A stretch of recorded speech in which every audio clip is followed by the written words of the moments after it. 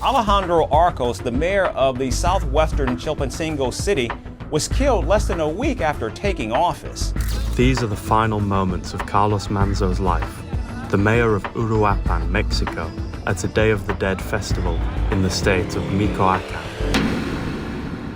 November 1st, 2025, Day of the Dead. The mayor of Uruapan walks through a candlelit plaza, his young son in his arms. He sets the boy down. A teenager steps out of the crowd, raises a gun, and changes Mexico forever. Here are 9 politicians instantly killed by Mexican drug cartels.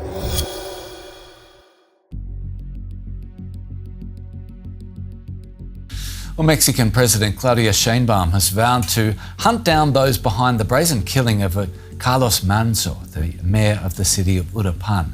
Manzo was assassinated in front of dozens of onlookers at a festival. He had begged the president for help. He had told the country on camera that the cartels were closing in.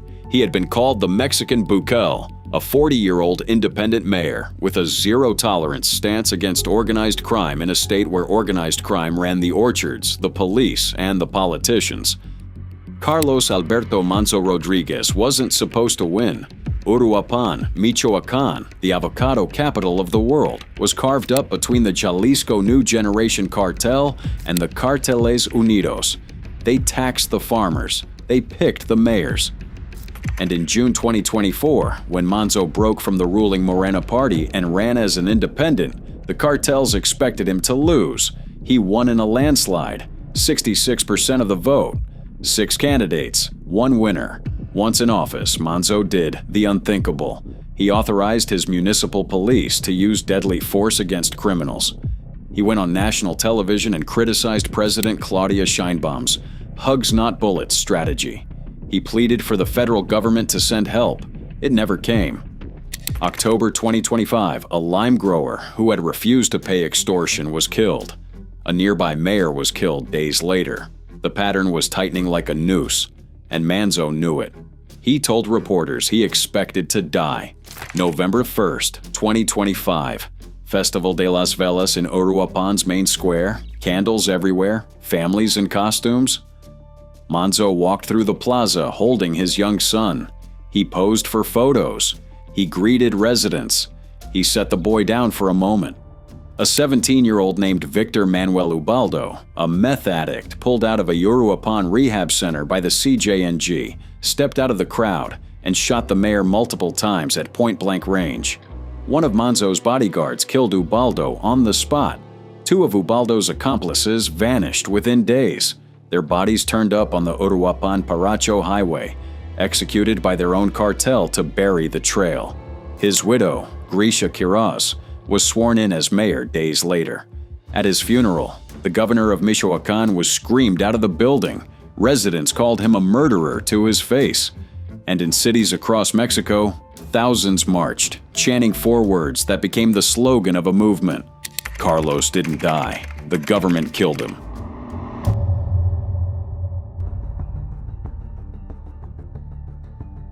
A Mexican mayor who promised to rid her town of organized crime was shot dead less than a day after taking office. Gisela Mota was sworn in as the mayor of Temixco in the state of Morelos on New Year's Day. Local authorities said she was gunned down at her home the next morning. Manzo at least got a year in office. But Gisela Mota didn't even get 24 hours. January 1st, 2016, New Year's Day, the city of Temixco, Morelos, just south of Mexico City, on the highway that runs straight to Acapulco. 33-year-old Gisela Mota Ocampo stood in front of her family, her supporters, and a wall of television cameras. She had been a federal congresswoman. She was a leftist with the PRD. And on the first day of the new year, she raised her right hand and was sworn in as mayor. In her inaugural speech, she made a promise. Her fight against organized crime, she said, would be frontal and direct. No deals, no negotiations, no looking the other way while the cartels emptied her town. Those words sealed her fate before the new year was a day old. Less than 18 hours after she took the oath, while the rest of Mexico was still nursing New Year's hangovers, gunmen burst through the front door of her home. They beat her, they shot her, they left. Her mayoral term lasted less than 24 hours. Federal police caught up with the killers in a high-speed chase through the streets of Temixco. The suspects opened fire on police and soldiers from inside their SUV. 2 of the gunmen died in the shootout. 3 more were arrested, including a 32-year-old woman, an 18-year-old man, and a minor. In the back of their vehicle, investigators found a 9mm pistol, an Uzi submachine gun, ski masks, and Mexico state plates. Then came the part that made every politician in Morelos go pale. When the captured minor started talking, the details came out one by one. The contract had been worth $29,000. The killers had been working for Los Rojos, a cartel locked in a death war with Guerreros Unidos for control of every drug route running between Mexico City and Acapulco. The hit had been planned before Mota was even sworn in. And the worst detail of all, Gisela Mota's name was just one of at least half a dozen on the team's kill list. They had been moving down the names systematically. She was first, because she had been the loudest.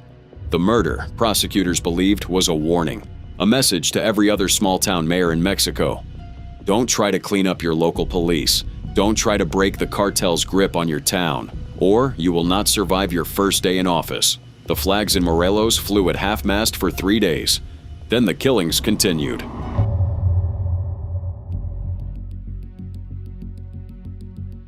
Most of the mayors in this video got one shot at death, but Maria Santos got far worse. She was a doctor. She was 32 years old when she was elected mayor of Tiquicheo, Michoacán in 2008, a town stuck deep in territory controlled by La Familia Michoacana and the Knights Templar. She refused their bribes. She refused to look the other way. And the cartels refused to let her live. October 2009, 1 year into her term, gunmen ambushed her car. Her husband, Jose Sanchez Chavez, was killed beside her. She survived, riddled with 7 bullet wounds. January 23, 2010, just 3 months later. Armed men attacked her again in Ciudad Altamirano, Guerrero. Bullets tore through her abdomen, her chest, her leg. The car crashed. She lived. The wounds left her in constant pain. They left her dependent on a colostomy bag for the rest of her life. Most politicians would have resigned. Most would have moved their family to Mexico City and stopped speaking publicly. Maria Santos did the opposite. She published photographs of her own scarred body in a magazine. She wrote, "I wanted to show you my wounded, mutilated body, because I'm not ashamed of it. It's living testimony that I am a strong and righteous woman, and despite my wounds, I'm still on my feet." The international press called her a heroine of the 21st century. The cartels called her a target who was still breathing. November 12, 2012, she was dropping her daughter off at school in Morelia. Gunmen pulled in front of her car. As they dragged her out, she begged them, she pleaded to leave the little girl alone. And surprisingly, they did, but abducted her in return, making her the messiah to pay for her life and that of her daughter. 5 days later, farm workers in a rural municipality of San Juan Tararameo found her body. She had been beaten to death. The cause of death was traumatic brain injury, severe blows to the head. Her body was half naked, tortured, mutilated. The bullets couldn't kill her. The ambushes couldn't kill her. So they had to do it with their hands. She was buried beside the husband they had murdered 3 years earlier.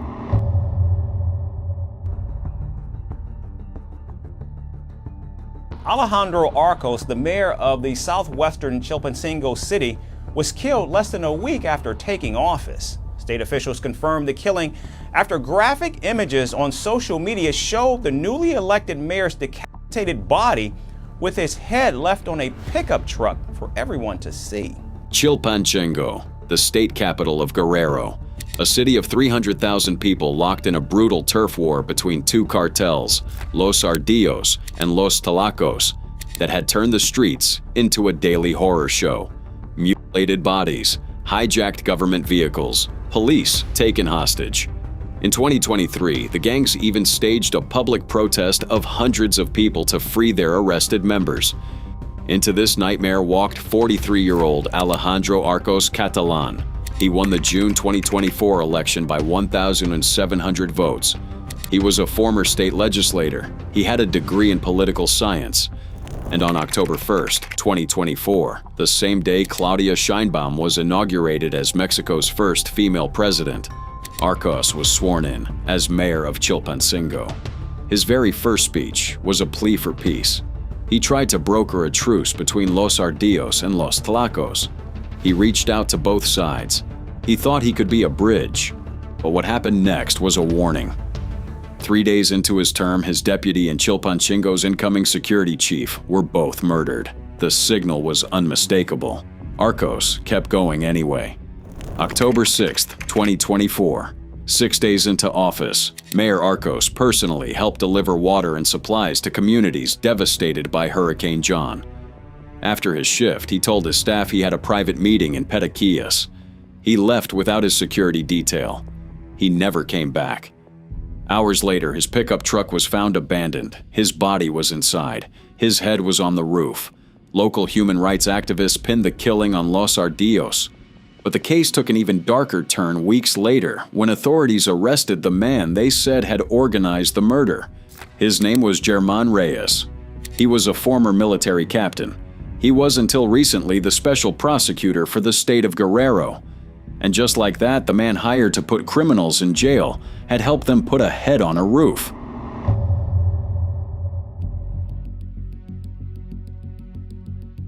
Unlike other politicians on our list, Nava Gonzalez lost her entire family before they ever got to her.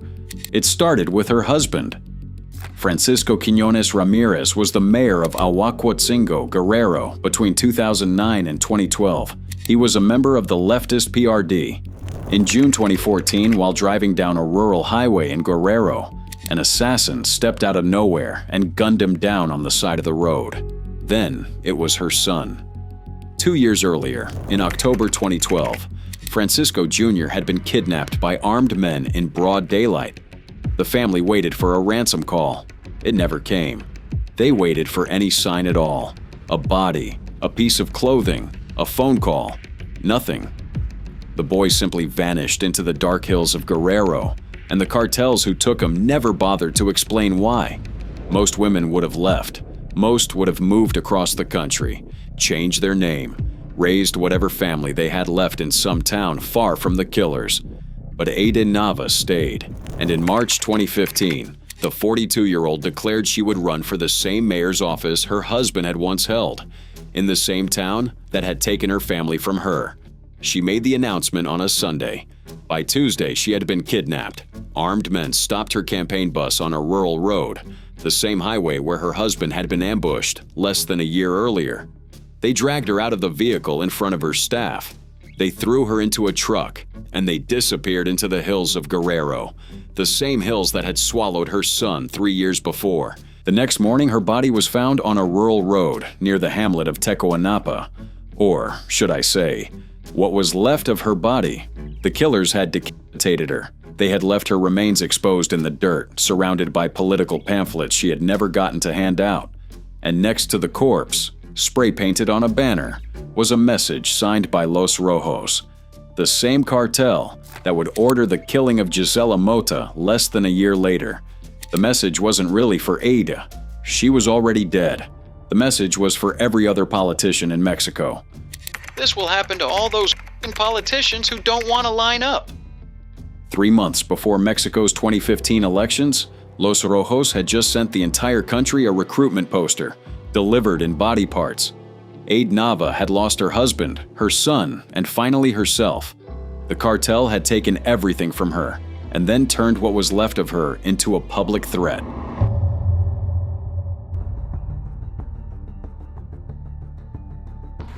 Mourning a man destined to lead, Rodolfo Torre was gunned down with 4 others only days before the elections, ending his dream of leading Mexico's Tamaulipas state on the US border and chalking up yet more deaths in the run-up to the polls. Now, up to this point, every politician on this list has been a mayor or a candidate for mayor, small-town offices, local power. But our next case was the man who was about to become a state governor. June 28, 2010. Tamaulipas, on the US border. Rodolfo Torre Cantu, age 46, was a doctor and a federal congressman. He had stepped down from Congress to run as the PRI candidate for governor of Tamaulipas. The election was 6 days away. Every poll said he was going to win in a landslide. The night before, he had told reporters that his #1 priority as governor would be tackling insecurity, the polite Mexican word for the daily massacres in his state. Tamaulipas was the front line of the bloodiest cartel war in the country. The Gulf Cartel and the Zetas, former allies, now mortal enemies, were turning every road, every plaza, and every police station into a battlefield. That morning, Torre Cantu climbed into his campaign convoy and headed for General Pedro J. Mendez International Airport. He was scheduled to fly to Valle Hermoso for a final rally. Riding with him were his campaign manager, his aides, and state lawmaker Enrique Blackmore. 2 other officials had been booked to ride along that day, a federal deputy and a former governor of Coahuila. Both of them mysteriously didn't show up that morning. To this day, no one has ever publicly explained why. Halfway to the airport, the road ahead suddenly disappeared. A massive tractor trailer had been positioned across the highway, blocking every lane. As the convoy slowed to a crawl, men in uniforms that looked exactly like Mexican Marine fatigues stepped out from both sides of the road. They opened fire with automatic weapons. Rodolfo Torre Cantu was killed instantly. So was Blackmore. So were 3 others in the convoy. 4 more were wounded. Mexico had not seen a political assassination this high profile since 1994, when presidential candidate Luis Donaldo Colosio was murdered in Tijuana. The country had spent the entire morning thinking it was about to get a new governor. By lunchtime, it was holding a funeral. The investigation pointed straight to one man, Eduardo Costilla Sanchez, alias El Cos, the supreme leader of the Gulf Cartel. According to a federal protected witness, Torre Cantu had been pulled into a 2004 meeting at a Tamaulipas ranch, where $25 million in cash, packed into 10 suitcases, had been delivered to local PRI officials in exchange for cartel protection. Years later, when the Gulf Cartel and the Zetas split and went to war over those same drug routes, Torre Cantu was caught in the middle. His brother Egidio took his place on the ballot 5 days later. The PRI won the election. And the Gulf Cartel had just proven something that terrified every politician in Mexico.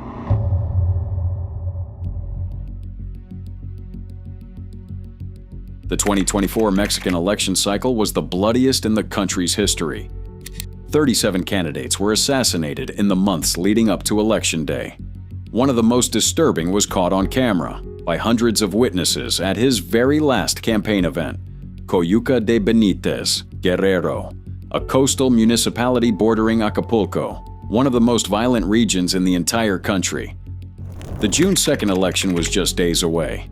40-year-old Jose Alfredo Cabrera Barrientos had spent months campaigning for mayor under an opposition coalition. He had survived an armed attack in 2023. He had asked for and received National Guard protection. He had a security detail. He did everything by the book. May 29th, 2024, late afternoon, the community of Lassi, Lomas. Cabrera arrived at his final campaign rally surrounded by armed federal officers. Roughly 300 supporters were waiting in a small open-air venue to hear his closing speech. The mood was almost celebratory. The election was just days away. People held up phones. The camera crews rolled. His staff prepared the stage.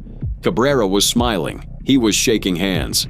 He was greeting voters as he walked through the crowd toward the platform. That's when a man stepped out of the crowd, walked up directly behind him, raised a pistol to the back of his head, and pulled the trigger. Cabrera collapsed before he even hit the stage. The killer kept firing. Screams filled the rally. Supporters scattered in every direction, trampling chairs, abandoning banners. National Guard troops returned fire and killed the gunman on the spot. The whole thing lasted maybe 4 seconds. The video went viral within minutes. By the next morning, every news network in the world was running the footage of a man who had been smiling and waving at his voters, walking toward what he thought would be his closing speech, when an assassin slipped through 300 people and a federal protection detail and ended his life with a single bullet to the back of the head. He was the 35th candidate killed in the 2024 cycle. By the time the polls opened on June 2nd, the number would climb higher. Mexico's election was being decided not just at the ballot box, but in the morgues.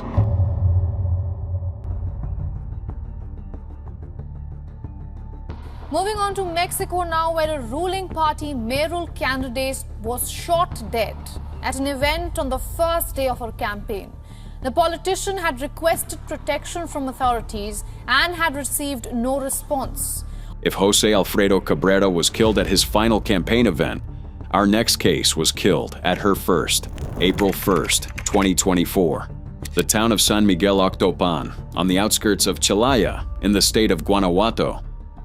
37-year-old Bertha Gisela Gaitan Gutierrez had just officially launched her campaign for mayor as the candidate for Morena, the ruling party of President López Obrador. This was day one, her first event, her first walk through the streets, meeting voters. Hours before she set out, she held a press conference. In front of every reporter in Celaya, she said the words that would haunt her party for months. She had requested federal protection. She had filed the paperwork. She was waiting to hear back. She campaigned that afternoon at a local market on the outskirts of San Miguel Octopan. She shook hands. She handed out flyers. She posted to Facebook about wanting a Celaya where every person has the opportunity to thrive. She walked out of the market, surrounded by supporters chanting her party's name, and headed down the street toward her next stop. A bystander's phone captured what happened next. The cheering, the walking, the chanting, the sun on the dirt road, then the gunfire. Gaitan died on the scene. 3 other people were wounded. A city council candidate beside her was reported dead, then reported missing. His fate is still unclear today. Her federal protection request, it would later be revealed, had been forwarded to local authorities in March, and somehow had simply never been acted on. Celaya is one of the most dangerous places per capita to be a police officer in North America. In 2022, more people were killed in Celaya alone than in the entire United Kingdom, a country of 67 million people. The Santa Rosa de Lima Cartel and the Jalisco New Generation Cartel had been carving each other up for control of the city for years. 7 people were eventually arrested, members of a Santa Rosa de Lima cell, including the leader of the unit. Gisela Gaitan made it through 1 press conference, 1 Facebook post, and 1 walk through a market. But unfortunately, her first day of campaigning was also her last.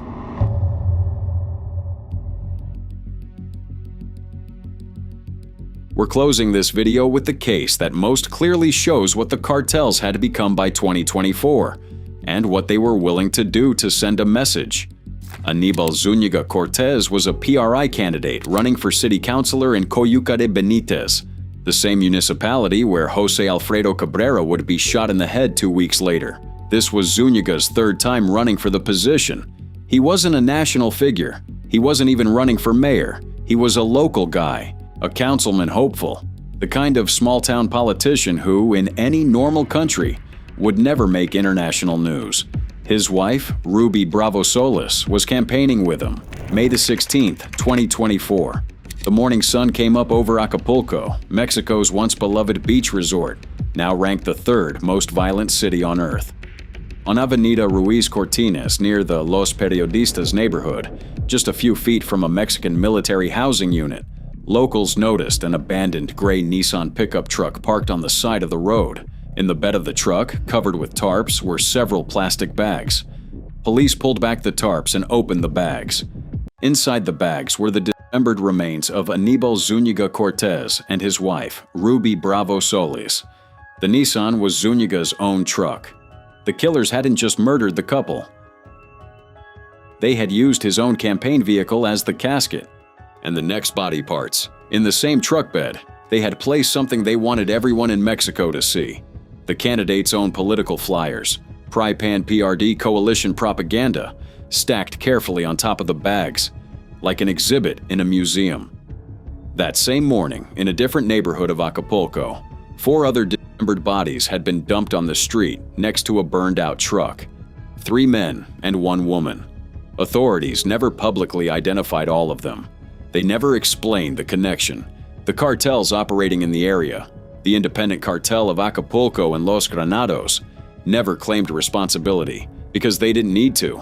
The message was already on every front page in the country. If you run for any office, in any town, on any ticket, in any party, we can find you, we can take your wife, we can take your truck, and we can use them all as our signature. The body count keeps climbing between 2018 and the middle of 2024. More than 1,700 attacks were recorded against Mexican politicians and government officials. Hundreds were killed. The 2024 election was the bloodiest in the country's history. The 2025 cycle, which has already buried Carlos Manzo and at least 7 mayors, is on track to be even worse. In Mexico today, running for office is one of the most dangerous jobs on earth. The cartels don't just want a piece of the country anymore, they want to choose who governs it. And every name on this list is the price of saying no.